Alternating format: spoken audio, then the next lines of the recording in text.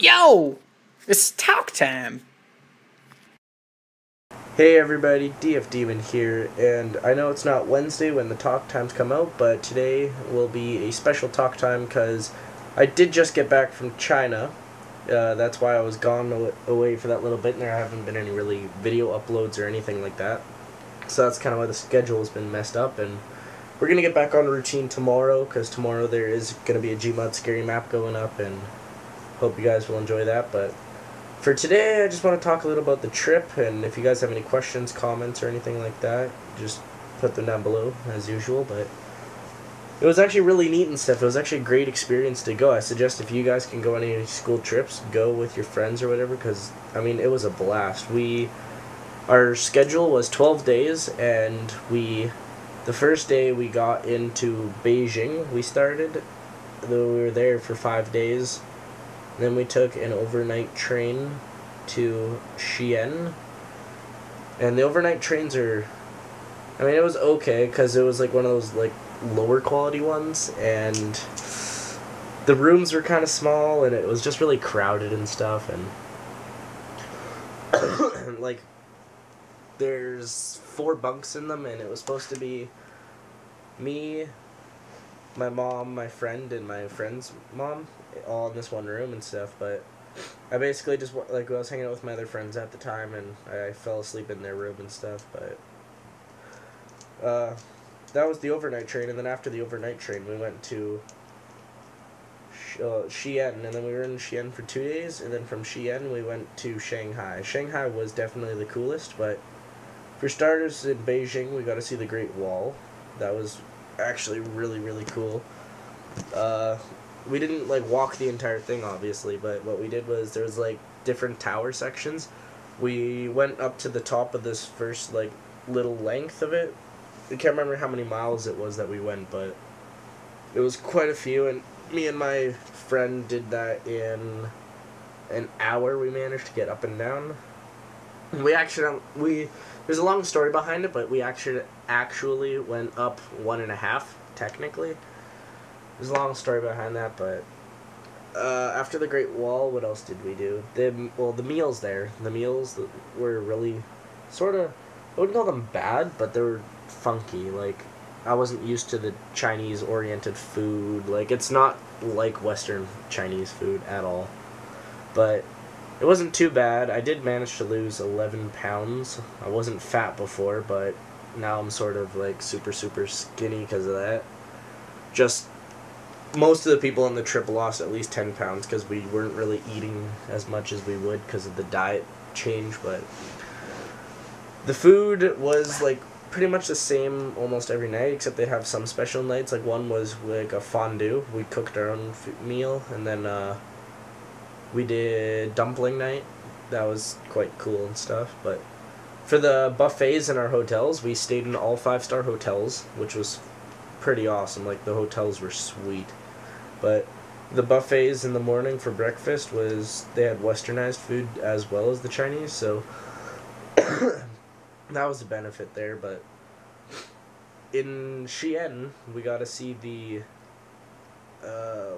Terracotta Warriors, and that was really, really cool. You always see them in movies and stuff, but actually be where they are and stuff. I can't remember how much they said. There was a certain amount that they've actually dug up right now, and then the rest are buried. If I can get any pictures sometime, maybe I'll post them on, like, in a video or something. But it was really, really neat and stuff. I highly recommend you guys actually go to China to check it out. But it is quite polluted there and stuff, and if you go into some of the markets and stuff, like we went to a market that was selling meat, and the meat there, the stench was gross. It was just wretched. It couldn't stand it. And they disproved the stereotype there, because our one tour guide, one of the people on the trip with us, asked if they ate cats, and then he started laughing and said no, but after that he said they ate dog. But they don't always eat dog. Like, it's not in like, oh, you go to a restaurant, you can order a dog. It's in like the poorer countries, well, I mean not the poorer countries, the poorer spots of China, like the farmer villages or whatever that can't afford to like get pig, chicken, the regular stuff. So they'll just take and like use dogs so they can actually eat. But also in Xi'an, wait, was it Xi'an or yeah, it was Xi'an. There's the wall surrounding the old city and stuff. We got a bike on that, and that was a few kilometers. I think it was over 20-kilometer bike ride or something like that. We got a bike around the entire wall and come back to where we started.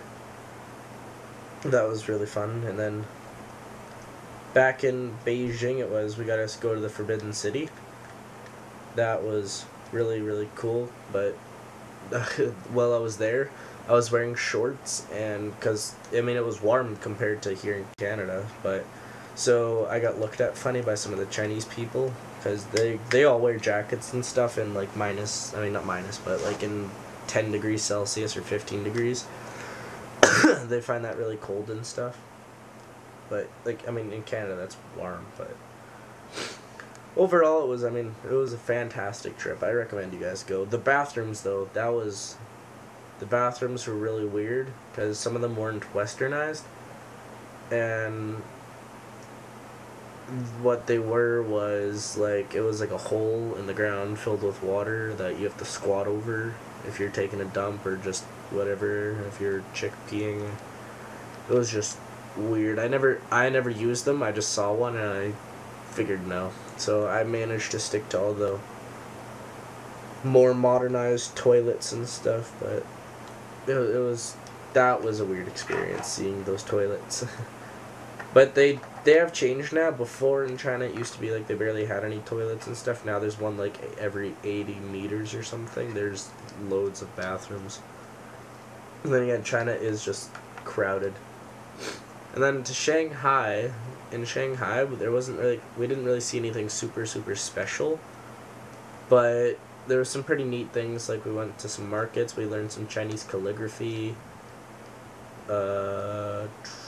We got to go on this river cruise. Oh, excuse me. There's like this TV tower we got to go into. It's like this giant ball, and you go all the way to the top, and it's got like something like 300 and something floors. But like it's not like every floor, but in the elevator it says there's like you're on the 300 whatever floor. That was pretty cool. And then there was a glass floor you can look under as you're standing on it. And my mom went to go out on it, and she started crying a bit, but that's because she's scared of heights. So I do have to give her kudos for actually going. Like, she was almost on the glass, and I do have to give her kudos for that. But I did manage to bring back. I got some things I brought back was a knife. It's like a 3-blade knife that folds in and stuff. It's quite cool. Surprisingly, I didn't get that confiscated, and I didn't get my lighter confiscated. I got a lighter. I got some Dr. Dre Beats. I got the earbuds and 2 headsets. Those were quite cheap, and then I got a silk pillow. It's a pillow blanket. I got a few things and stuff. It was really cool, and all for quite cheap too. Way less than what you'd pay in Canada. So overall, guys, I highly recommend you go to China, and if you want to know more about like what I did in depth and stuff, just leave comments in the section below, and I will hopefully get you guys some more information if that's what you want, or pictures or whatever. But I hope you guys enjoyed that little bit of information, and as I said, we will be getting back onto schedule tomorrow, so stay tuned for more of our videos. See ya.